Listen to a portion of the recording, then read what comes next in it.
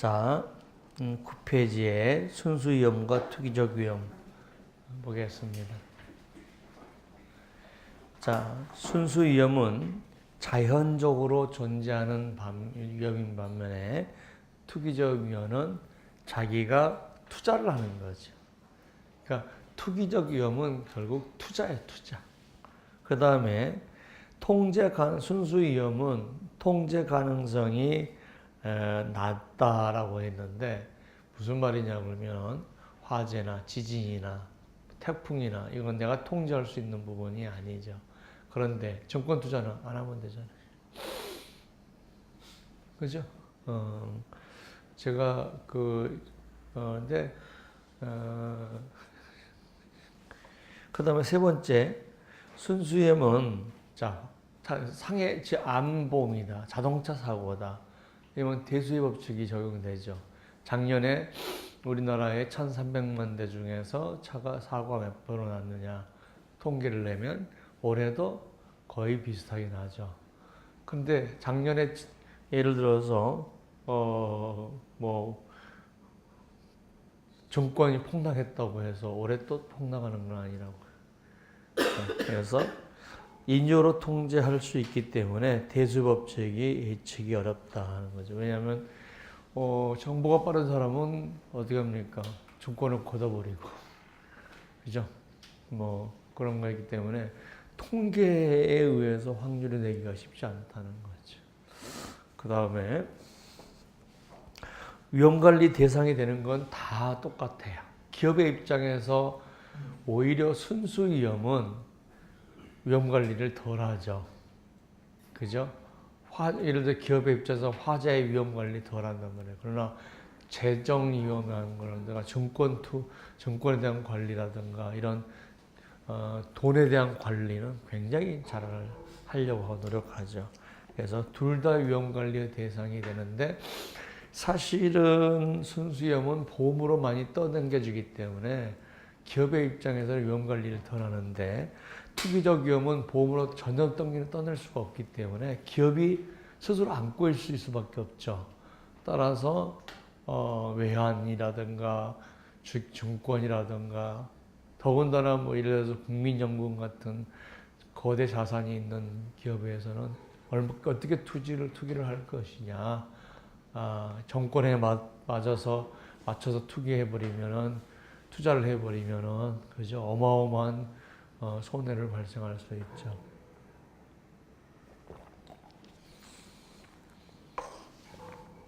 자, 회피가 어렵다. 근데 투기적 위험은 회피가 가능하다. 안 하면 된다. 하는 거죠. 자, 지금부터 이제 보겠습니다. 다음 중 투기적 위험의 크기와 관계없는 것은 겠습니다. 자, 기대 이익. 자, 기대 이익. 자, 우리가 위험하다고 하는 것은 뭐예요? 일단은 손실이죠. 손실. 그죠? 그러면은 예를 들어서 어떤 위험이 있는데 이렇다면 어떻게 됩니까? 기대 이익은 엄청나게 큰데 손실 가능성은 적다. 그러면은 위험스러운 게 아니죠.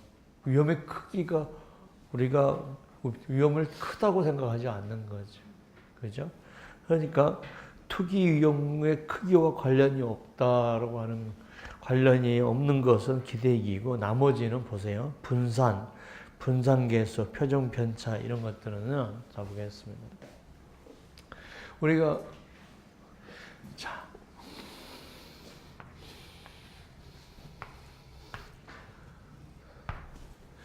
이런 분산을 이루고 있는데 이 분산이라는 것은 중심을 통해서 마이너스하고 플러스를 어떻게 퍼져지는가 하는 게 분산이. 그러면 분산이 이렇게 된 것보다는 이렇게 되는 게 중심에 모이는 것이 편차 가능성이 줄죠.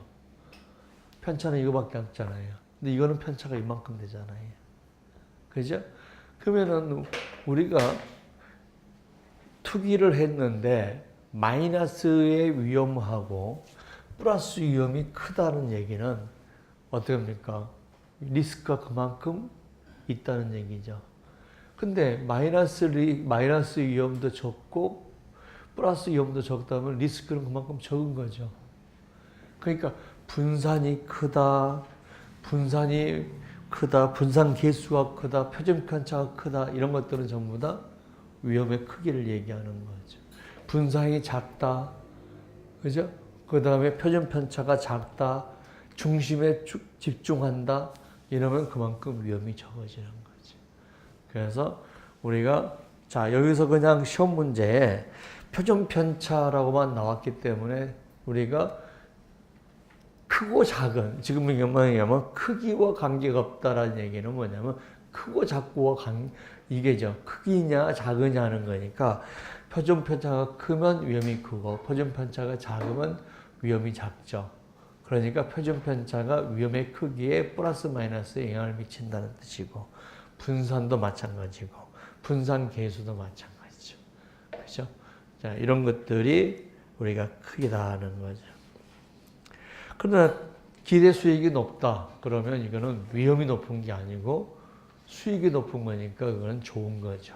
그래서 그렇게 보면 됩니다.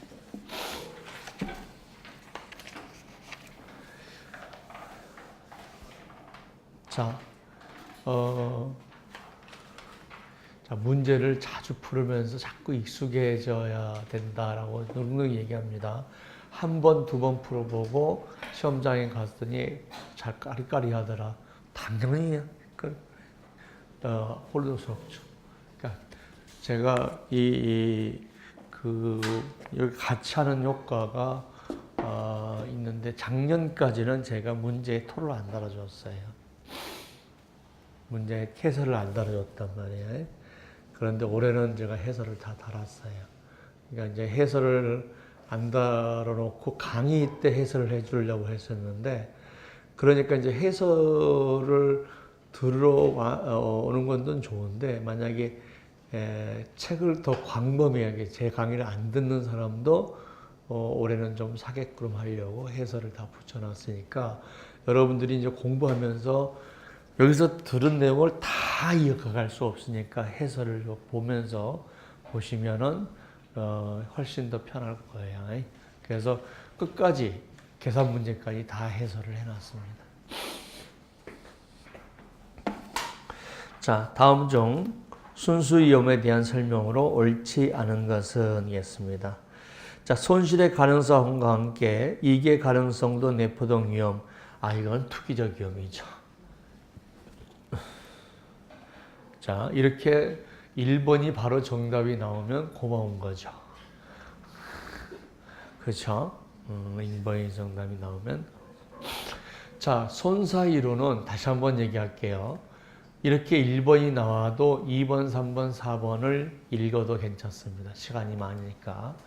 네, 보험계약법하고 업법인데 1번이 정답이라 했는데 혹시 더 정답이 있을지 몰라 그러고 2번, 3번, 4번 읽으면 뒤에 문제는 무조건 한 번씩 5%예요. 작년에도 보험계약법 20문제도 못 푼 사람들 수두룩 나머지 20문제 풀고 시간 되니까 3분 만에 다 풀어보더라고요. 인간은 불가능이 없어요. 나머지 20문제를 3분 만에 다 풀었대.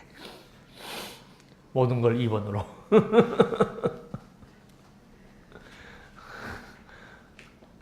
보험업법하고 보험계약법은 작년에 거기서 이제 과락을 많이 했던 친구들이 왜냐 그러면 보험업법을 20분의 시험을 보고 계약법을 60분의 투자를 했어요. 그동안에는요. 근데 작년 시험에 보험업법 문제 패턴이 좀 달랐어요. 과거에는 다음 중 틀린 것은 뭐냐 1번, 2번, 3번, 4번 이렇게 했는데 작년 문제부터 패턴이 달라져서 지문을 해놓고 지문을 6개, 7개 해놓고 다음 중에서 몇 개가 틀렸느냐 그렇게 바꾸니까 지문 4개 있는 거 이따가 8개, 7개 읽어야 되니까 그래서 작년에 보험업법 시간을 풀고 나니까 40분이더래요. 그래서 업법을 20분만 못 풀었다. 계약법을 20분밖에 못 풀었다. 그래서 그래서 굉장히 업법이 난해해졌다라고 본인은 느끼는데 문제 수준이 나눠진 건 아니에요. 문제 수준은 그대로인데 개수를 4개에서 8개 해놓고 중에서 몇 개 맞았느냐. 이거니까 시험장에서 느낄 때는 다음 주에 틀린 거 하나, 이거 틀린 것 같아. 이게 하고 이게 몇 개니까 이거 5개냐 4개냐 이거는 느낄 때 굉장히 다르죠. 문제 수준은 똑같더라도 그렇게 형태를 바꿔놓으니까 굉장히 어렵게 됐어요. 그래서 문제를 보험업법은 한 2번 읽고 가면 시험 본다 그래서 대충 보고 갔던 친구들이 작년에 업법에서 과락 나와버렸다는 거지. 그러니까 업법은 좀 더 이제 다독을 해서 발로 틀렸어. 이렇게 빨리빨리 나와야 되는데 이래버리면 이제 이게 몇 개인지 몰라버리는 거죠. 그래서 업법하고 계약법 시간이 엄청나게 부족해요. 그런데 제가 업법을 1번이 정답이라고 생각하면 안 풀고 넘어가라. 그래도 계약법을 20분밖에 못 풀었는데 다 그렇게 돼버리면 나중에 못 푼다고 꽈락 나와버립니다. 그러니까 이제 업법도 바로바로 풀 수 있도록 좀 다독해야 돼. 다독해야 돼. 네. 그래서 이제 이런 스타일이 바뀌면 한 번 바뀌면 지금 사법고시가 그런 스타일로 나오거든요. 그러면 당분간은 그렇게 나올 수도 있다. 앞으로 계속적으로. 그래서 이제 업법은 우리가 1월 달에 강의를 하지만 4월 달에 공부해라 이렇게 그랬거든요. 그동안에는. 근데 이제 4월 달에 공부해라 하면 조금 부담스럽다라고 생각하는 거죠. 그러니까 미리 2차 공부하면서 꾸준히 한두 시간이라도 1차를 공부를 해가면서 가고 4월 달에는 이제 모든 시간을 1차에 투자를 하는 그런 전략으로 가야 된다. 이런 거죠. 자, 두 번째 문제 봅니다. 12번의 두 번째. 일반적으로 대수법칙을 쉽게 적용할 수 있어서 손실의 정도를 미리 예측할 수 있다. 맞죠? 순수위험은, 근데 투기적 위험은 인위적으로 창출된 위험이기 때문에 자기가 안 해버리면 된단 말이죠. 따라서 통계적으로 내기가 쉽지 않다. 순수위험은 없었던 위험을 인위적으로 새로 만들어냄으로써 이거는 존재하는 것이 아니라 위험 자체가 이미 존재한 것이다. 화재, 지진 이거는 없었던 위험이 존재한 게 아니라 원래 있었던 위험이고 투기적 위험은 내가 안 하면 되는 위험을 신개발을 한다든가 어떤 시장에 새로운 상품을 만들어낸다든가 새로운 제품을 만든다든가 투기를 한다든가 이런 것들은 없었던 위험, 나에게는 없었던 위험을 내가 돈 벌기 위해서 인위적으로 창출한 위험이다. 맞습니다. 문제 13번. 다음 중 투기적 위험에 대한 설명으로 옳지 않은 것은 투기적 위험은 손실의 기회와 이득의 기회가 모두 주어진다. 맞습니다. 투기적 위험은 대수법칙 적용이 용이하지 않다 그랬죠. 왜냐면 그죠? 투기적 위험은 환위험, 가격 변동 위험이 있다. 가장 대표적인 거죠. 자, 투기적 위험은 순수 위험에 비해서 통제가 용이하다라고 했는데, 자, 옳지 않은 것은 투기적 위험은 순수 위험에 비해서 통제가 용이하다. 안 하면 된다라고 했죠. 그런데 대수의 법칙은 통계 조작 가능성이 있기 때문에 대수의 법칙은 순수 위험이 더 산정하기 좋죠. 그래서 투기적 위험은 대수 법칙이 적용하기 용이하지 않다. 이렇게 해야 돼요.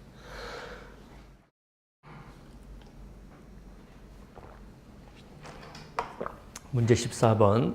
순수위험과 투기적 위험에 대한 설명으로 틀린 것은 순수위험은 손실의 가능성만 존재하는 위험이지만 투기적 위험은 이득과 가능성과 손실의 가능성이 동시에 존재한다. 순수위험의 결과는 0에서 마이너스다. 자, 0에서 마이너스다는 얘기는 뭐예요? 손실만 있다는 뜻이에요. 근데 투기적 위험은 플러스에서 마이너스까지다. 이득이 발생할 수도 있고 손실이 발생할 수 있다는 말을 플러스에서 마이너스, 0에도 마이너스 이렇게 표현한 거죠. 우리가 이걸 안 풀어보면 시험장에서 0에서 마이너스 나오면 이게 뭐야 또 뭘 갑자기 놀래버릴 수가 있죠. 자, 다음에 순수위험은 예측 관리가 용이한 반면에 투기적 위험은 인조로 처리한 위험이기 때문에 규칙성이 없어 예측 관리가 용이하지 않다. 맞습니다. 대수의 법칙이 적용이 안 된다는 거죠. 투기적 위험은 경제 조치가 창출한 위험이다. 투기적 위험은 순수 위험에 비해서 도덕적 위험이 적다는 특징을 가지고 있다. 자, 도박은 순수 위험에 비해서 도덕적 위험이 적다. 저는 도박을 거의 안 하는데 한때 조금 해봤어요. 재밌더라고요. 근데 왜 안 했냐 그러면 한 6개월 정도 하다가 그 돈이 별거 아닌데 그 다음날까지 머릿속에서 계속 빙빙 돌아요. 어저께 장땡 먹고 못 먹었는데 그 죽일 놈 그러면서 사람이 폐인이 되는 것 같더라고요. 자, 우리가 빠찡거나 이런 거 할 때 그걸 누가 조작해 버린다 그랬죠 지금? 확률이 높아지면은 안 되기 때문에 확률이 잘 안 나오게끔 기계를 조작해 버릴 가능성이 있죠. 이게 도덕적입니다. 자, 문제 15번. 도박과 보험을 비교한 것으로 옳지 않은 것은 기출문제죠. 자, 보험은 순수 위험이고 도박은 투기적 위험이다는 거죠. 자, 보험은 사전적 확률을 기조로 하고 있으며 이게 사전적 확률이라고 하는 것은 뭐냐 그러면 이런 거예요. 자, 과거의 통계를 가지고 미래를 예측하죠. 그러니까 여러분들은 과거의 통계 자료를 이용하기 때문에 사후적이 아니냐라고 생각할 수 있죠. 그죠? 그런데 과거 거를 가지고 과거 거를 맞추는 게 아니고 과거의 통계를 가지고 앞으로 올 사고를 미리 사고에 대해서 우리가 투자를 하는 거죠. 이게 사전적이라는 거예요. 그죠? 그러니까 사후적이냐 사전적이냐 하는 것은 뭐냐면 우리가 작년에 사고 발생률이 몇 %냐 그걸 이용하니까 사후적이 아니냐 이렇게 생각할 수도 있단 말이에요. 우리 수험생들이.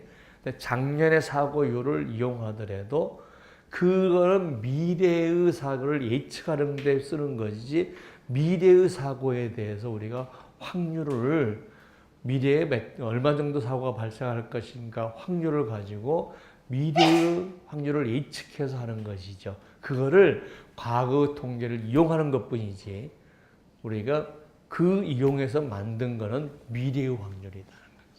그러면 도박도 하기 전에 어떻게 합니까? 미래에 대한 우리가 확률을 계산해서 하는 거죠.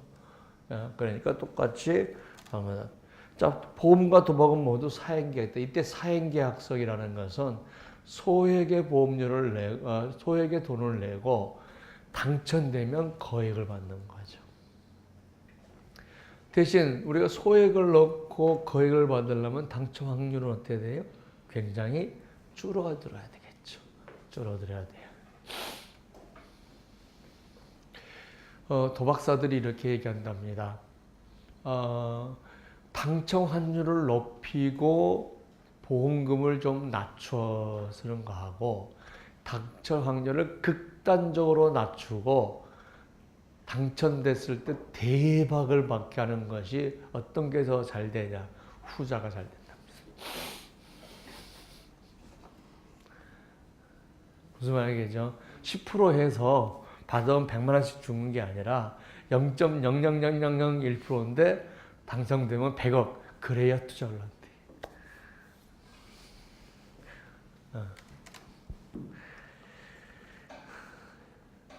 복권을 사면은 한 달 행복은 해요.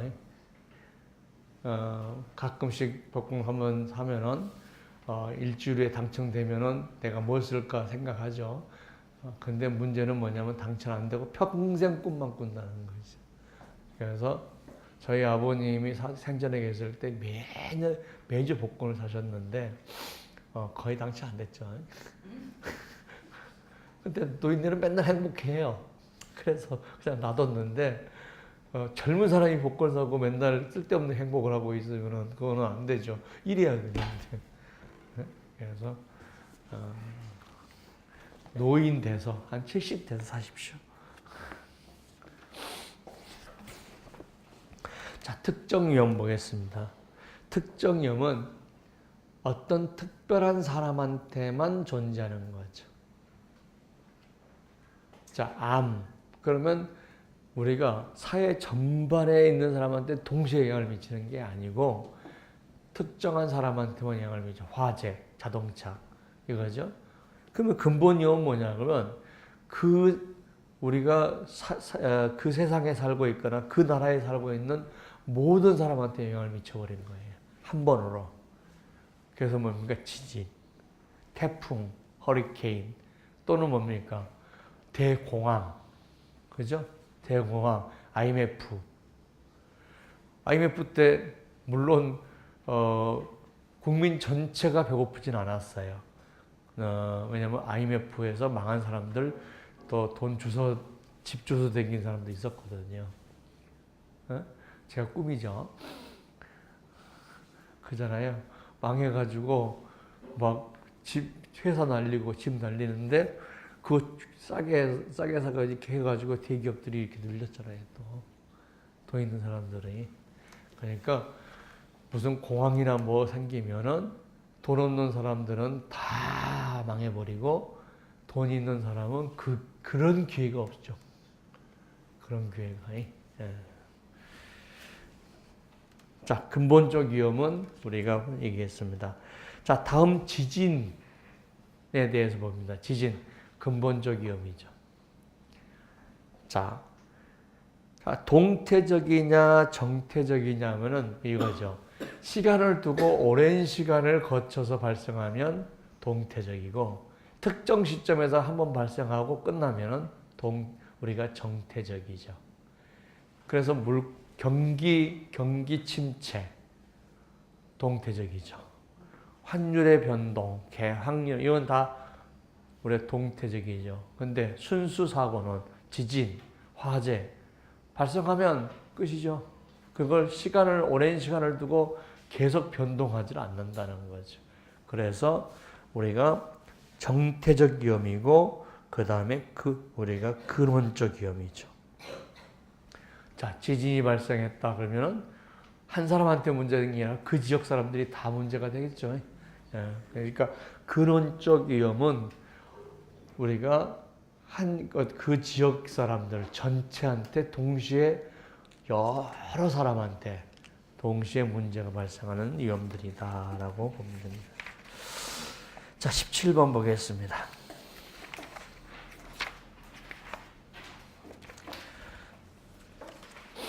자, 근원적 위험과 특정 위험에 대한 설명으로 틀린 것은 근원적 위험은 사고 발생 시에 주구조건적 사회 전체에 영향을 미친다. 그런데 특정 위험은 특정 기업이나 개인한테만 국한된 위험을 말한다. 특정 위험, 자동차, 화재, 질병, 사고 등이고 근원적 위험은 대량 시온, 전쟁, 천재지변이다. 특정 위험은 사고 발생 시 당사자에게 국한해서 손해 발생하며 주로 사보험을 통해서 위험 증가가 이루어진다.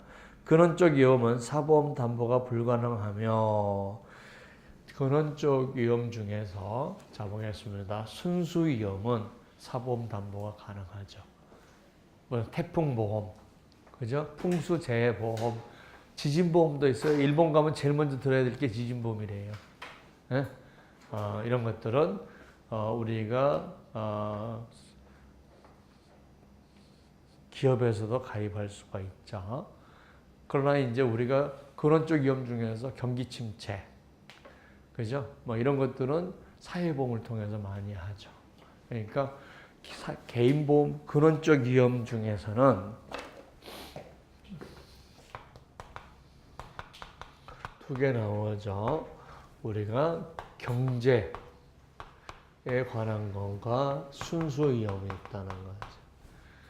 이걸 우리가 이거를 동태적 위험, 체계적 위험 이런 말을 써요. 그런데 이거는 주로 공보험에서 담보하는 거죠. 실업급여, 국민연금 이런 거 담보하고 이거는 사보험도 가능하다는 거죠. 담보가 가능해진다는 거죠. 담보가 가능하다.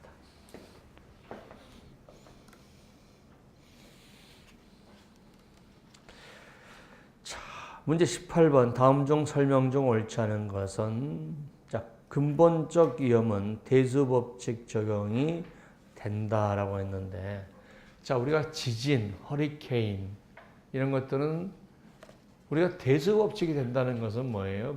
굉장히 많이 발생해야 되잖아요. 그죠? 근데 지진이 자동차 사고처럼 많이 발생하면 어떻게 합니까? 큰일 나는 거죠. 그죠? 자동차나 암보험이나 뭐 이런 것처럼 많이 발생하면 우리가 대수의 법칙을 적용하는데 지진 같은 경우나 허리케인 이런 것들은 자주 발생하는 것들이 아니다 보니까 대수의 법칙을 적용할 수가 없다는 거죠. 자, 그래서 틀렸다. 보험의 대상이 되는 위험은 객관적 위험이다. 투기적 위험은 위험관리의 대상이 된다.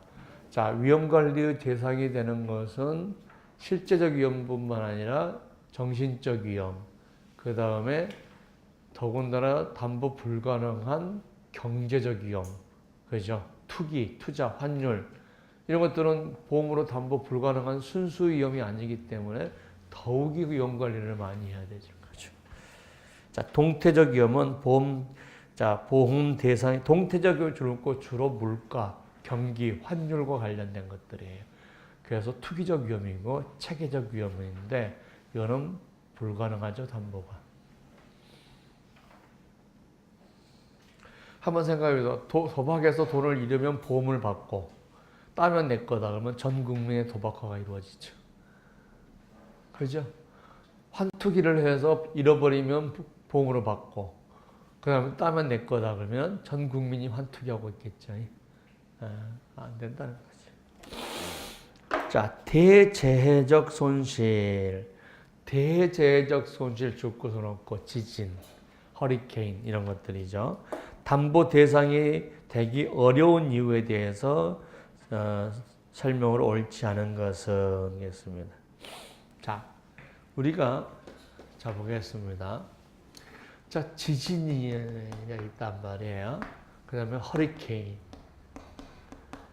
근데 이게 가장 순수해요. 가장 순수해요. 근데 보험회사가 담보하더라도 한도를 낮추고, 그죠? 일본 가면 지진보험 드는데요. 모든 손해를 드는 게 아니고요. 한도가 낮아요. 왜? 보험회사가 그걸 다 담보했다가는 보험회사 망할 것 같으니까. 그죠? 그러니까 이런 것들을 갖다 대재해가 우리가 굉장히 큰 심도가 크죠. 그러니까 이런 것들을 보험회사가 담보가 어려우니까 이거를 자본시장하고 연계를 하려고 노력을 하고 있는 거잖아요. 이게 캣본드라고 하는 거예요. 캣은 지진이죠. 캐타스트로피, 대재해란 뜻이죠. 그 약자예요. 처음에 캣본드로 해서 내가 처음에 캣본드 뭐 고양이가 왜 고양이를 위해서 펀드를 만드나 뭐 그랬는데 그러잖아요. 캣본드 그러면 캐퍼스트로피 대재해 본드라는 거. 대재해 본드.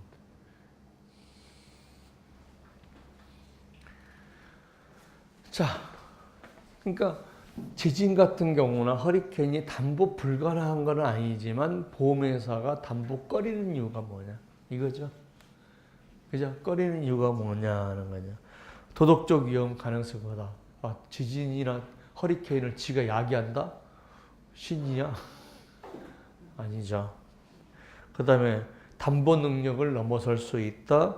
대수법칙이 적용 어렵다. 손실에 관한 예측 가능성이 없다. 1번이 대재 담보 가능성을 순수 위험은 중에서 허리케인, 지진 이거야말로 가장 도덕적 위험이 적죠.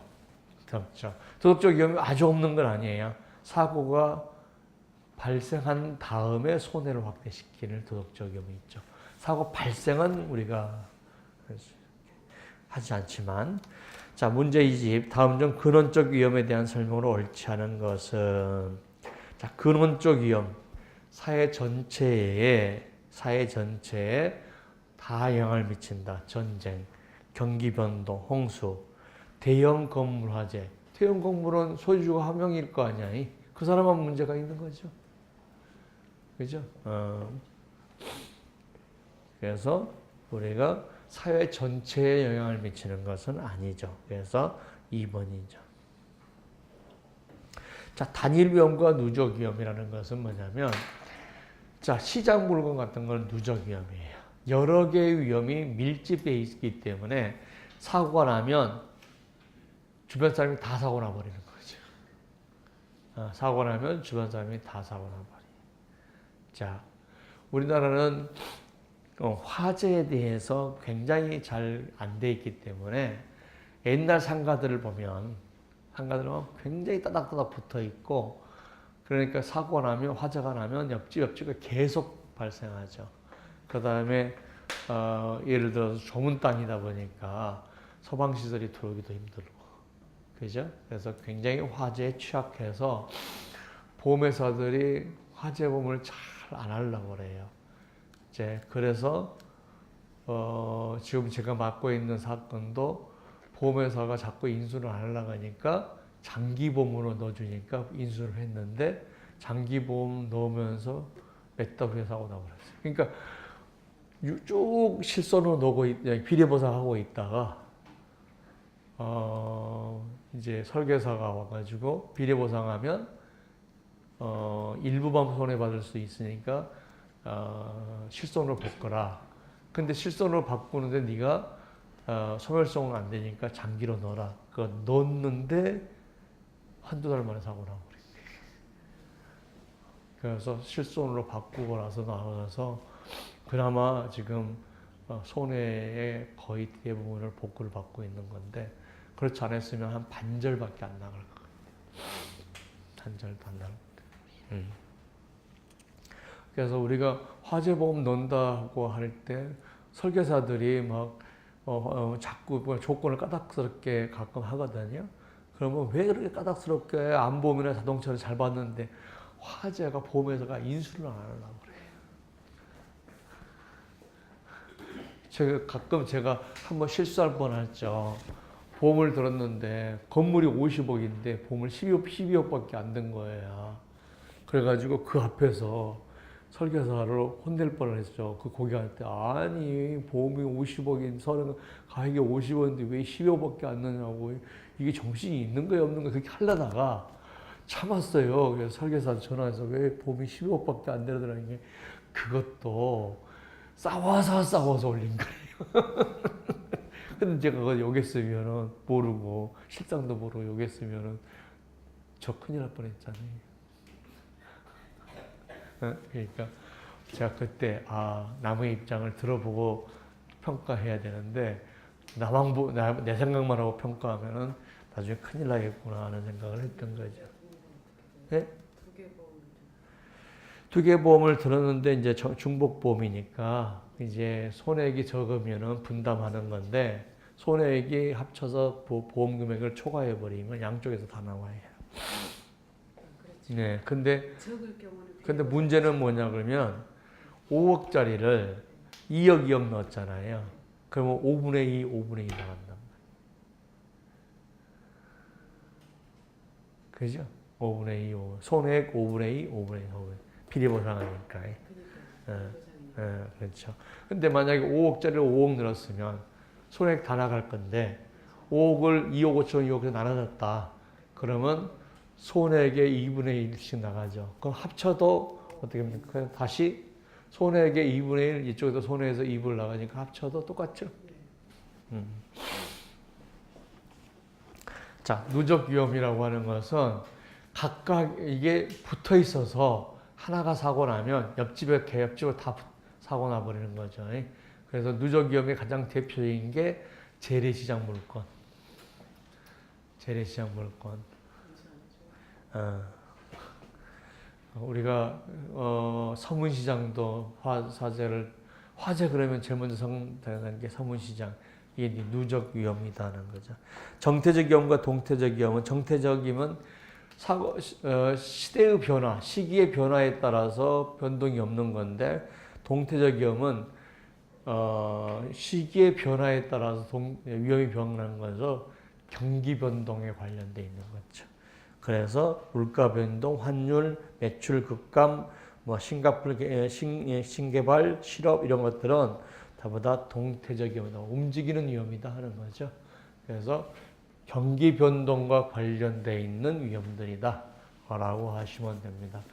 어려운 건 없는데 무슨 위험 계속 나오니까 혼동스러울 때가 있으니까 자주 반복을 해야 돼요. 반복하지 않으면 나중에 되게 혼동스러워요. 어렵지는 않은데 반복하지 않으면 문제가 있다는 거죠. 자, 21번. 다음 중 근본적 위험과 체계적 위험에 관한 설명으로 옳지 않은 것은, 근본적 위험은 사회 전체에 영향을 미치는 거고, 체계적 위험은, 자, 우리 체계적 위험은 뒤에 있어 봐서요. 밑에 보면 체계적 위험은 시장 경제에 영향을 미치는 변동 위험요로서 경기 변동, 인플레이션 이런 것들을 얘기하는데, 자, 경기와 관련된 거시적 변수예요. 그러니까 아까 우리가 동태적 위험 있죠? 그거가 다 체계적 위험이라고 생각하면 되죠. 근데 동태적 위험하고 체계적 위험을 굳이 나눈다면 동태적 위험은 사회 전체의 변화가 아니라 사회 전체는 문제가 없는데 나만 매출이 급감되거나 나만 예를 들어서 투자해서 손을 보는 이런 것들이 있을 수가 있는데, 이거는 거시적 사회 전체가 같이 움직이는 거죠. 같이 움직이는 사회 전체가 같이 문제가 되는 우리가 위험이에요. 따라서 아까 여기서 요거 있죠. 근본적 위험 중에서 경제와 관련되어 있는 거, 이게 동태적 위험이고 그 다음에 체계적 위험이죠. 근데 동태적 위험 중에서는 내 개인만 문제가 되고 사회 전체는 문제가 안 되는 위험도 있어요. 나만 실업됐고, 그죠? 나만 문제가 되고. 자, 그래서 근본이 모두 위험 분산을 통해서 피하거나 제거하기 어렵다. 맞죠? 자, 우리가 위험 분산하려면 대수협칙이 있어야 되죠. 적용돼야 되죠.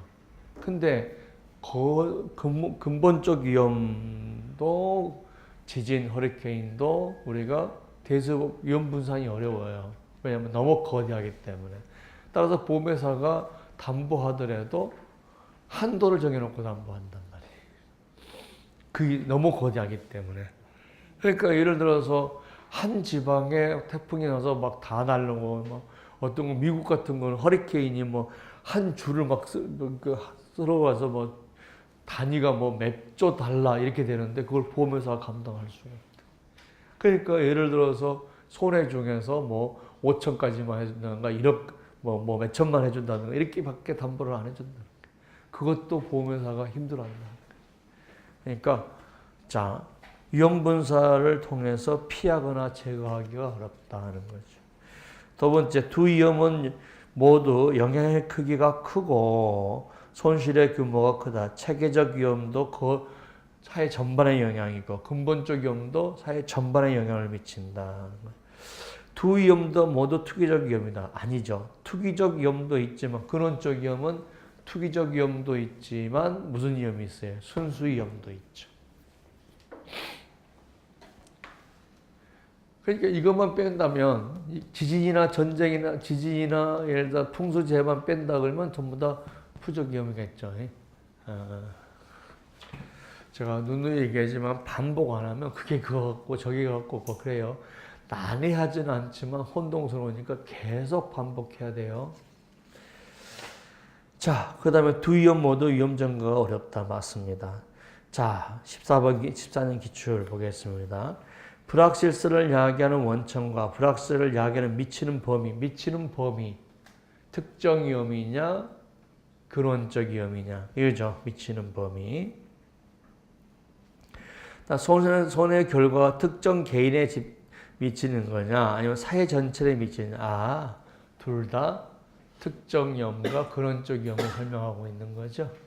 A도 특정 위험이나 근원적 위험이고 B도 특정 위험과 근원적 위험을 설명하고 있는 거죠. 자, 둘 다 미치는 범위. 근데 미치는 범위가 개인이나 기업에 미치면 특정 위험, 사회 전반에 미치면 우리가 근원적 위험이다라고 하는 거죠.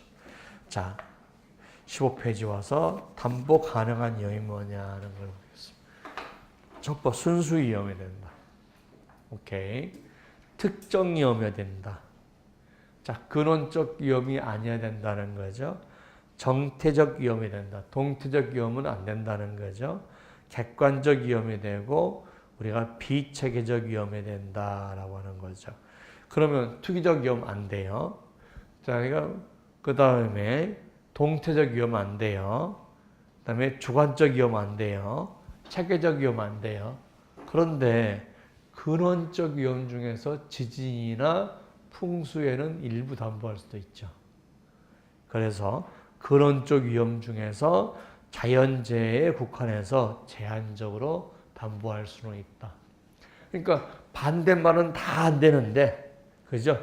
특정 위험의 반대말 중에서 근원적 위험 중에서 경제와 관련된 근원적 위험은 안 되는데, 우리가 자연재해와 관련된 근원적 위험은 일부 담보할 수도 있다 하는 거죠.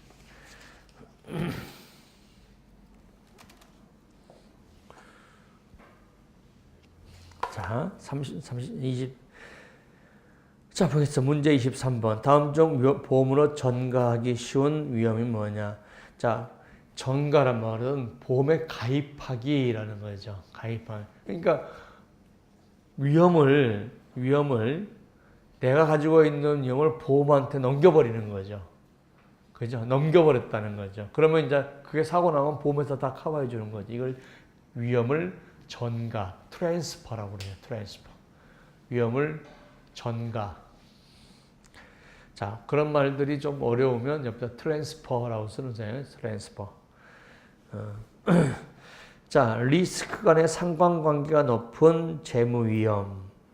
그 다음에 손실과 수익의 가능성이 모두 존재하는 투기적 위험. 그 다음에 분산 가능한 비체계적 위험. 위험 분산으로 제거하기 위한 근원적 위험. 자, 보험으로 담보하기 어려운 걸 보겠습니다. 자, 재무 위험은 뭐예요? 재무 위험은 돈 투자에 관련된 위험이니까 투기적 위험이죠.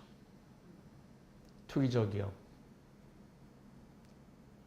자, 근데 그 앞에 상관관계가라는 말이 있었어요. 자.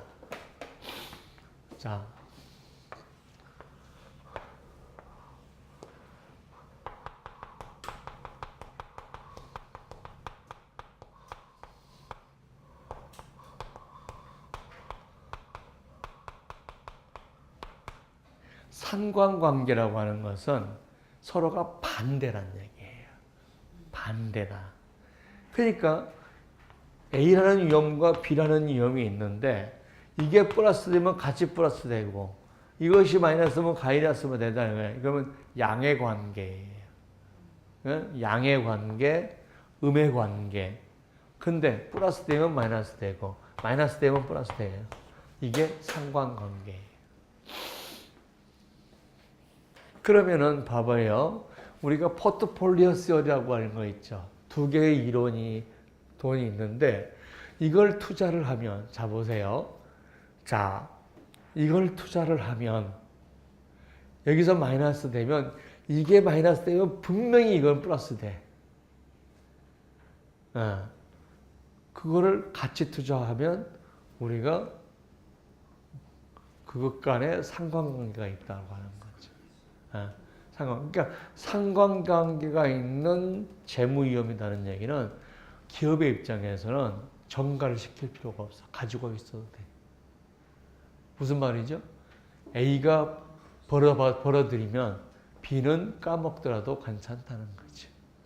그러니까 이런 위험들을 각각 보험을 넣는 것보다는 내가 둘 다 보유해버리면 그냥 여기서 플러스 되면 여기서 마이너스 되면 쌤쌤 해버리니까 굳이 다른 데 돈 주고 맡길 위험을 전가시킬 필요가 없는 위험이 되는 거죠. 자, 이게 상관관계가 있는 재무위험이라는 거예요. 재무위험이니까 투자와 관련된 거죠. 투자와 관련된 거기 때문에 보험은 불가능한데 그 위험 자체도 외부로 전가할 필요가 없다는 거예요. 상관관계가 있기 때문에. 무슨 말인지 이해하실 거예요. 그 다음에 두 번째는 투기적 위험이죠. 이건 담보 불가능하죠. 세 번째가 뭐냐면 비체계적 위험. 자, 이거는 담보 가능하죠. 체계적 위험이 뭐예요? 거시 경제와 관련된 위험이죠. 거시 경제와 관련되지 않은 위험이 비체계적 위험이죠. 담보 가능하죠. 그 다음에 위험 분산으로 제거하기 어려운 근본적 위험. 근본적 위험 중에서 위험 분산으로도 제거가 어렵다. 너무 크다. 이것들은 보험회사에서 담보를 보험은 불가능하지는 않지만 회피하겠죠. 자, 보험의 대상으로 적절한 건 뭡니까? 순수 위험, 오케이. 그 다음에 정적, 동적 있는데, 자, 정적 위험이 맞고 동적 위험은 안 됩니다. 객관적 위험, 주관적 위험인데 주관적 위험 안 됩니다.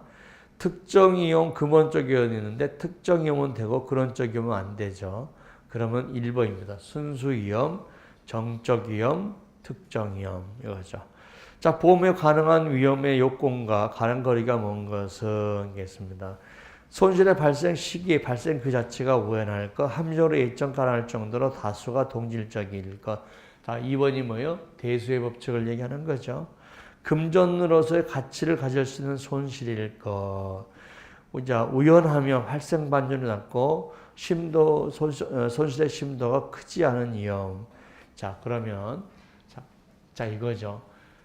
어쩌다 한번 발생하는데 10만 원이야, 손해도.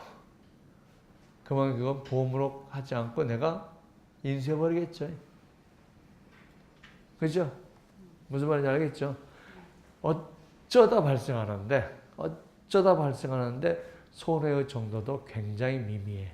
그러면 이거는 그냥 내 평상 용돈으로 처리를 해버리죠. 그러니까 이런 것들은 담보를 안 한다는 거죠. 보험으로 담보를 안 한다. 자, 기출문제를 한번 보면서 기출문제 수준이 뭐냐 하는 거죠. 근데 여러분들이 기출문제를 보고 조금 어렵다라고 느끼는 것은 익숙하지 않은 단어 때문에 그래요. 내용이 어려운 게 아니고 그걸 해설을 들으면 뭐 이게 막 뭐 엎치고 덧치고 해서 잘 길어가지고 문장이 막 길어가지고 뭔 말인지도 모르겠고 막 이런 게 아니라 내용이 중에서 우리가 일상적으로 쓰지 않는 단어들을 쓰고 있기 때문에 좀 어렵건데 그게 몇 번 읽으면서 익숙해지면 이게 이제 나중에 굉장히 쉬워지는 거예요. 쉬워져. 그래서 익숙할 때까지 조금 문제를 계속 보고 또 보고 이렇게 하면 됩니다. 제가 여러분들한테 이렇게 공부를 하는 게 손사이로는 최고다라고 느꼈기 때문에 책을 이렇게 만들고 강의를 이렇게 하는 거예요. 만약에 제가 오늘 문제를 안 풀어줬다 그러면 이제 위험이 뭐냐고 재밌게 지루했을 것 같아. 사례를 들어가면서 얘기했겠죠. 그런데 손에 잡히는 건 없어요. 그죠? 근데 이렇게 문제를 풀면 내가 이 정도 수준이면 내가 이렇게 공부를 하면 되겠다고 하는 잡히는 것이 있죠. 자, 26번 보험 대상의 요건에 손실의 발생이 시간적 장소로 명확하고 손실 측정 가능에 해당한다는 표현이 있다. 이때 대한 설명으로 가장 거리가 먼 것은 있습니다. 자, 보겠습니다. 자, 손실의 발생이 시간적, 장소적으로 명확하고, 자, 시간적으로 명확한다라고 하는 것은 한번 생각해보죠. 언제 발생하는지를 모르겠다. 그러면 보험 기간 내에 사고인지 아닌지를 모르죠. 그러면 우리가 보상 안 하겠죠. 그러니까 시간적으로, 장소적으로 분명해야 된다. 그러면 뭐예요? 화재보험 같은 경우는요. 보험에 가입한 건물 안에 있었느냐 없었느냐 이게 굉장히 중요해요. 어? 지금 하나 문제가 뭐냐 그러면 옥상에다가 이제 1층 상가를 넣어놓고 옥상에다가 천막을 쳐놓고 거기다가 굉장히 많이 물건을 해놓았단 말이에요. 옥상에 있는 물건이 담보에 된 물건이냐? 그러면 결국 2층 아니냐 보험회사는. 그러면 2층으로 가야 되는 거 아니냐? 이런 얘기를 할 수 있겠죠. 그죠? 그러니까 나는 1층 건물에 있는 물건이라고 그랬으니까 옥상에 있는 물건은 우리가 못 주겠다. 이렇게 할 수도 있단 말이에요. 예를 들어서. 그러니까 이제 장소가 중요하죠. 자, 화재가 났어요. 화재가 났는데 건물이 3개예요. 그런데 그날 종을 보니까 가운데 건물은 봄이 안 들었는 거예요. 2개만 들었어요. 그러면 이 물건이 어디에 있는 물건이냐? 가운데 있는 물건이면 빼야 되잖아요. 그죠? 근데 건물은 다 뭉개져 갖고 어디 물건인지 몰라. 그러면 이제 머리 아픈 거죠. 다 무너져 갖고 가서 보니까 어디가 땅이고 어디가 경계고 어디가 골목이고 어디가 아무것도 모르겠어요. 상가 14개가 다 그냥 다 엎어져 가지고 그냥 큰 땅이라 그냥 뭔지 모르겠다. 근데 그 중에서 피보험자가 3개 공장이 있었는데 가운데 거는 안 들었다. 그러면 어떻게 합니까? 이제 미치는 거야 이제. 거기 있는 물건은 빼내야 되니까 이제 골치 아파지는 거죠. 자, 그러면 손실 발생이 시간적으로 장소적으로 명확하고 손실 측정이 가능하다. 금전으로 평가할 수 있어야 된다는 거예요. 그죠? 그러면 지금 사고 발생 가능성의 문제예요? 아니면 손해에 대한 얘기예요? 손해에 대한 얘기죠. 자, 사후적으로 손실 측정의 용이성, 사전적으로 보험연수산치의 용이성, 합리적 손실 보상의 용이성, 대수의 법칙의 적용 가능성인데, 대수의 법칙은 뭐냐 그러면 많아야 된다는 거지. 그래야 편차 가능성이 없어진다. 근데 지금 많아야 동질 위험이 많이 있어야 된다는 얘기가 아니고, 손해가 시간적으로, 그 다음에 장소적으로, 그 다음에 금전평가를 해야 된다. 이거니까 한번 보겠습니다. 1번 보면은. 자, 아까 우리가 보험료는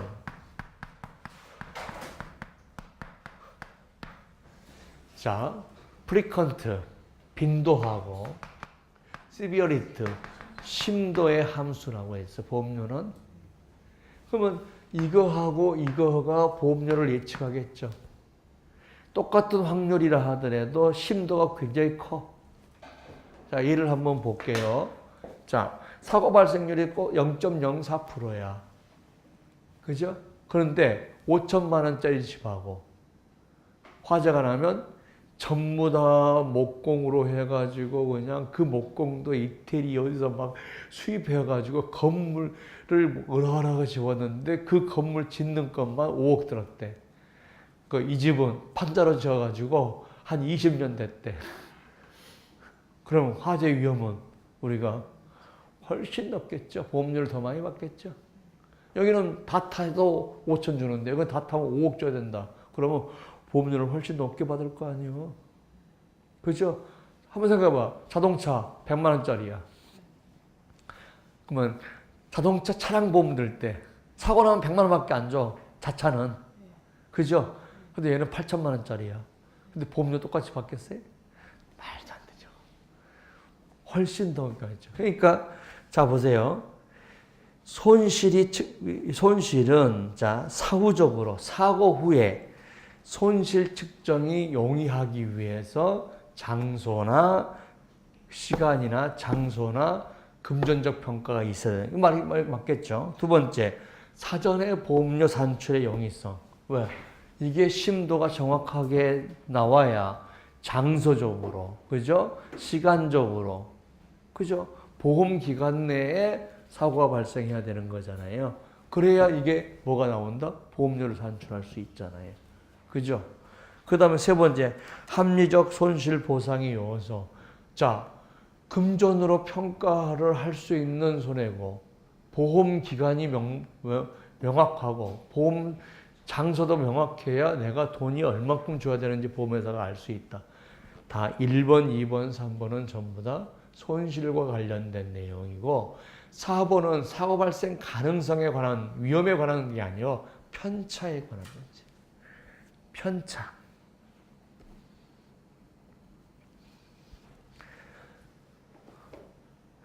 자, 27번 문제 보겠습니다. 다음 보험 가능 리스크 위험 중 피보험 이익 원칙과 가장 관계 깊은 것은 뭐냐? 자, 피보험 이익 줄거서 넣죠. 자, 피보험 이익 줄거서 넣고, 자, 피보험 이익은 사고 났을 때 손해를 보는 관계예요.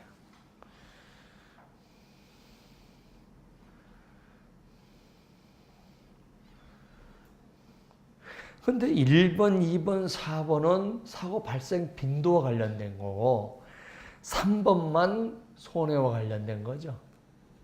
그죠?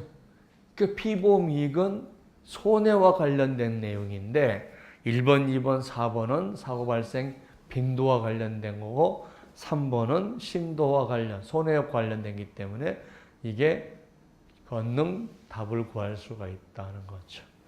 자, 위험의 결합이라고 하는 거죠. 오늘 위험관리 앞에까지 할게요.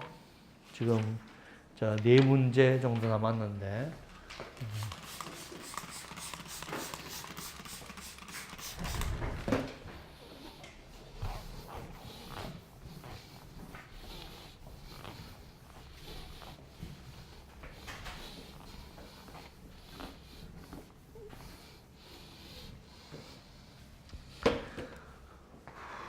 자, 위험 결합.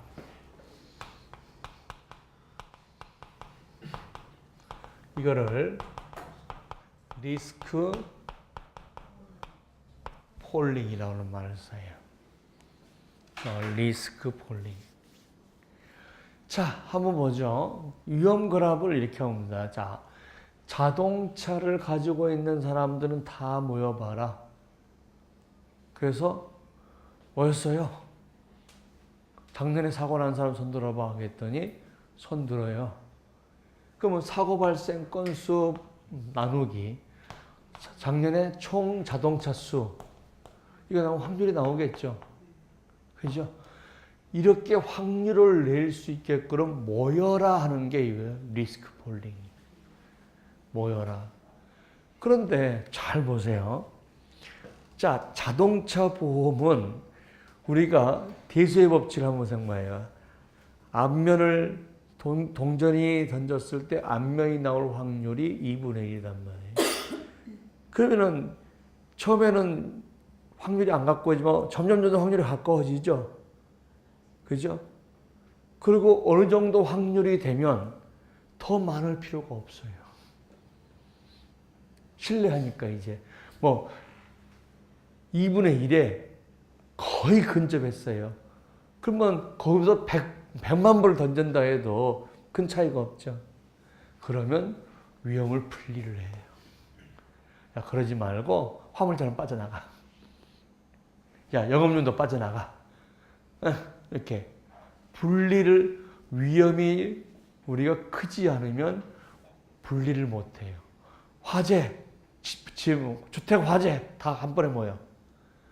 근데 주택 화재는 전 국민이 주택을 들어. 그러면 이제 주택을 구분하는 거예요. 단독주택, 목조주택 다 구분할 수 있는 거예요. 자동차도 개인용, 업무용, 뭐 화물차 다 구분해서 말할 수 있어요. 왜? 그래도 대수의 법칙을 적용할 수 있기 때문에. 자, 위험의 결합은 위험의 결합에 죽고선 없고 그 결과가 위험단체예요.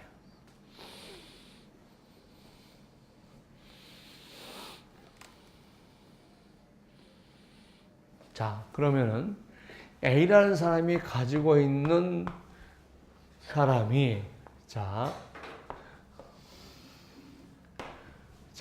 보겠습니다. 100만 명한테 위험을 전가시키는 거. 100만 명한테 위험을 전가시킨다. 그러면 내가 혼자 사고 나면 1억이다 이거예요. 1억인데 100만 명한테 사람을 보내니까 돈이 얼마 안 되더란 얘기죠. 1,000원 이렇게밖에 안 되는 거예요. 이게 100만 명이면. 예를 들어서 100명이라고 생각하면 10만 원이야. 그죠? 그러면은 사고 발생률이 1% 정도밖에 안 된다 그러면 내가 혼자서 사고를 담보하면 1억이 있어야 되지만 100명이 사고를 담보하면 내가 10만 원만 내도 된다는 거지. 이게 보험이라는 얘기죠. 그러니까 위험단체의 위험을 전가시키고 위험단체 내에서는 1억이라는 위험을 각각으로 다 10만으로 분산시킨다는 거예요. 내가 있는 위험을 위험단체에 넘겼어. 그죠? 이게 위험의 전가야. 근데 전가는 방법이 뭐냐? 위험단체 내에서 1억이라는 위험을 100명한테 나누게 해가지고 각자 10만 원씩만 돈 걷어서 대비하고 있다는 거예요. 이걸 위험 분산이에요.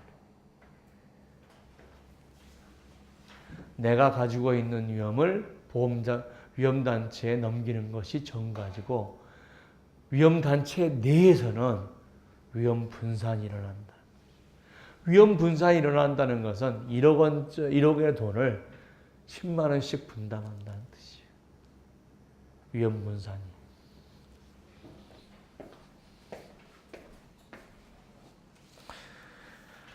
자, 문제 28번. 보험은 실제 손실 1억 원을 평균 손실 10만으로 대체하는 제도라고 했을 때 이를 가장 잘 나타낸 것은 뭐냐 하는 거죠.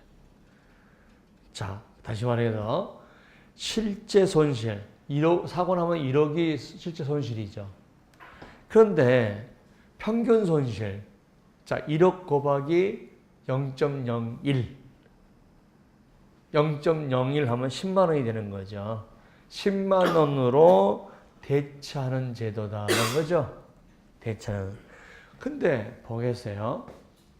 자, 위험 전가하고 우리가 분산이 있는데, 자, 위험 전가와 분산이 있는데, 이걸 위험 전가는, 자, 보험자한테 전가하는 방법이 있고, 제3자한테 전가하는 방법이 있어요. 자, 기업들이 있는데, 자, 이렇게 하죠. 자, 우리 집에서 공사를 하는데, 만약 우리 집에 사고 나서 지나가는 사람이 다치면 공사업자 네가 다 책임진다는 조건으로 공사를 하자. 그러면 이건 위험의 전가예요.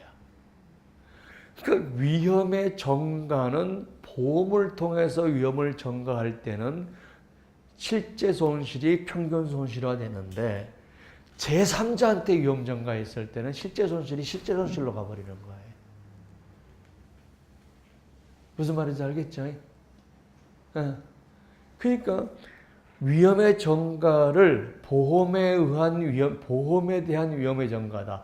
보험의 위험의 전가다 그러면 그것도 정답인데 그냥 위험의 전가다라고 하니까 이게 누구한테 위험을 전가시킨지는 몰라요. 그죠? 그럼 더 큰 답이 있어야 돼요. 위험 분산이라는 제도가 있는데 위험 분산이라는 말이 없어요. 그러면 위험의 전가와 분산을 다 표현하는 말이 뭐예요? 위험의 결합이죠. 그죠? 위험의 전가와 보험의 위험의 전가와 보험의 위험단체에서 분산을 다 포함하는 말이 결국은 위험의 결합, 리스크 폴링이다 하는 거죠.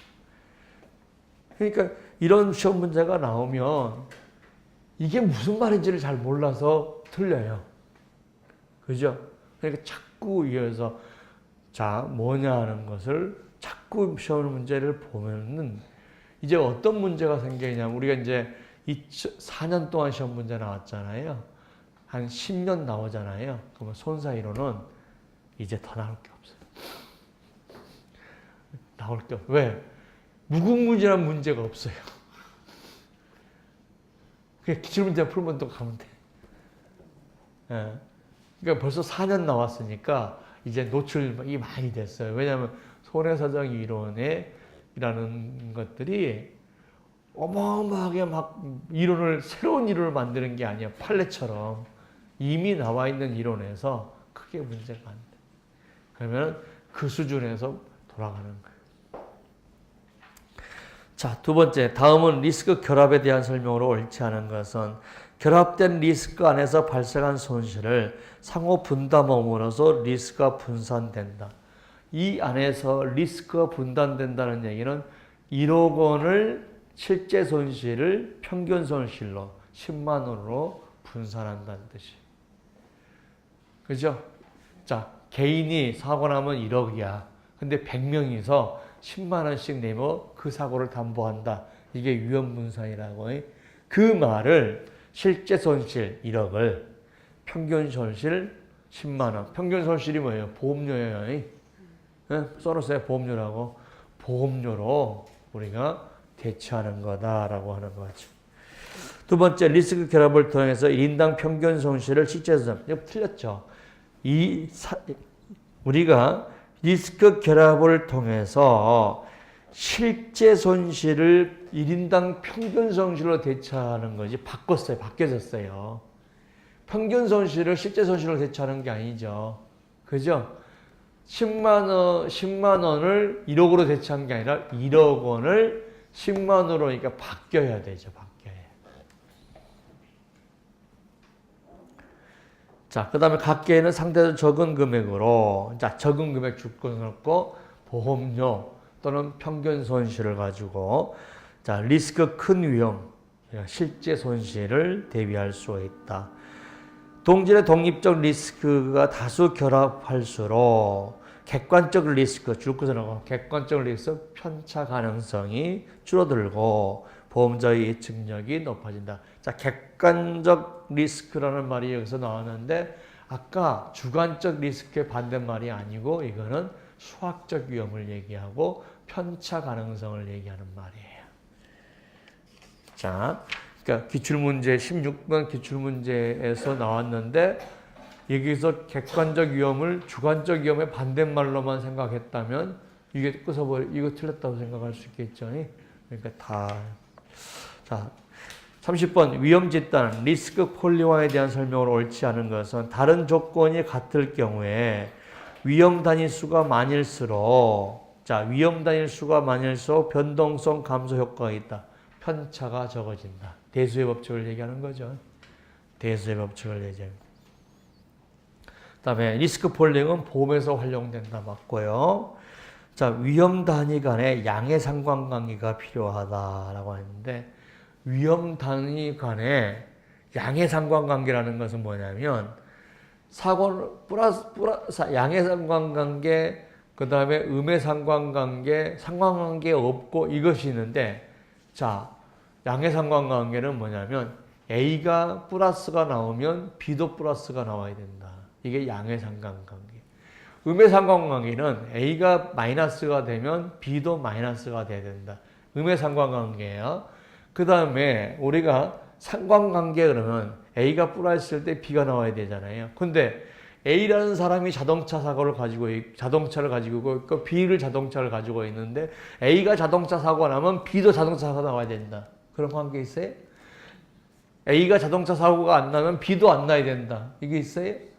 없죠. 아무런 상관관계가 필요 없어요. 독립된 각각의 위험이라는 거지. 서로 연관성이 없어. 그러니까 A가 사고 났을 때 A의 사고가 나는 거고 그걸 통계적으로 보는 거지 A의 사고가 옆에 영향을 미친다. 우리가 상관관계라는 것은 서로가 관련이 있다는 거죠. 그러면 양의 상관관계는 뭐냐? A가 사고 나면 B도 사고 난다.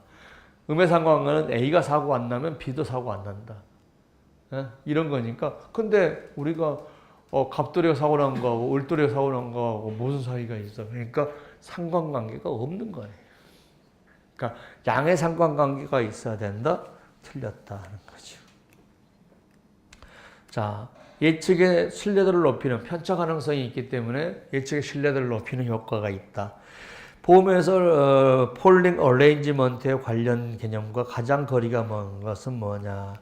자, 우리가 리스크 폴링에서 우리가 하려고 하는 것은 뭐냐? 리스크 폴링 우리가 위험을 계속 많은 위험을 모으려고 하는 것은 뭐냐는 거죠. 그러면 우리가 봐요. 자, 보험 설계사한테 여기 보세요. 보험 설계사한테 각각의 손해를 평가하겠대요. 그래서 손해가 많이 나면 그 사람은 마이너스를 페널티를 주겠대요. 그래서 제가 말도 안 되는 소리다. A라는 사람은 10년 동안 사고가 안 났어요. 자기 거가. 손해를 빵 풀어요.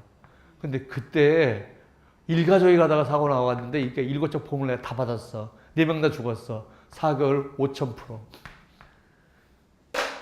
이게 무슨 통계냐고. 그러면 일가족이 사고 났는데 설계사한테 페널티를 주겠다는 거야. 사고를 높은 게. 예? 이게 통계냐고. 아니 3년 동안 사고 발생률이 10%였는데 갑자기 사고 발생률이 뭐 2,000%, 3,000% 됐어. 이거 나쁜 놈. 이건 통계가 아니야. 왜? 편차 가능성이 뭐예요? 플러스 마이너스 2,000, 3,000이니까. 무슨 말 하겠죠? 그래서 우리가 대수의 법칙을 이용한다는 것은 뭐예요? 가장 우리가 사고 발생률이 7%로 정했다 그러면 6.9%에서 7.2% 이것도 많은 거예요. 실제 사고 발생률이. 그러니까 뭐예요? 실제 대수의 법칙을 많이 안 적용하면 편차가 이렇게 되겠죠. 그죠? 자, 작년에 사고 난 사람 했더니 100명 중에서 2명이에요. 그래서 2%야. 그랬는데 올해 이제 1년 지나서 작년에 사고 난 사람들이 12명이에요. 그러면 뭐예요? 2%에서 12%가 됐으면은 뭐예요? 600% 상승이냐? 그럴 수도 있다는 거예요. 근데 대수의 법칙이 되면 똑같다는 거지. 중심에 어떻게 된 거였어요? 대수의 법칙은 이렇게 된 거를 숫자가 많아질수록 어떻게 된다는 거예요? 중심에 모인다는 거지. 그게 리스크 어레인지먼트, 폴링 어레인지먼트라는 거예요. 그러니까 위험을 결합을 통해서 뭘 하려고 하는 거냐? 위험 결합을 통해서 뭘 하려고 하는 거냐? 뭐예요? 편차 가능성을 줄이려고 하는 거고, 편차 가능성을 줄인다는 건 중심각에 모이려고 하는 거다 하는 거죠. 자, 그러면 보겠습니다. 여기서 중심에 모이는 것과 전혀 관계없는 게 뭐냐? 체계적 위험이죠. 체계적 위험은 뭐예요? 경기 변동과 관련된 위험이죠. 그러니까 1번, 2번, 4번은 정규 분포를 하는데 정규 분포의 어떻습니까? 중심 극한 정리라는 것은 중심으로 모인다는 얘기죠. 대수의 법칙이 중심으로 모인다. 그러면 대수의 법칙이 되면 정규 분포가 중심 극한 정리로 모인다. 이런 뜻이잖아요. 그러니까 1번, 3번, 1번, 2번, 4번은 대수의 법칙과 우리가 분산의 편차의 가능성이 있는데 3번은 엉뚱한 문제가 하나 있는 거죠. 자, 근데 이거 출제한 사람은 뭐라고 했냐, 뭐라 생각했냐 그러면요, 야, 이렇게 쉬운 문제를 내도 되냐라고 하는데 학생들은 뭔 말인지를 모르겠죠. 그죠? 뭔 말인지를 모를 수 있다 이게지. 그러니까 자꾸 뭔 뜻인지를 자꾸 리피트를 해야 됩니다 하는 거죠. 오늘 여기까지 하겠습니다. 수고하셨습니다.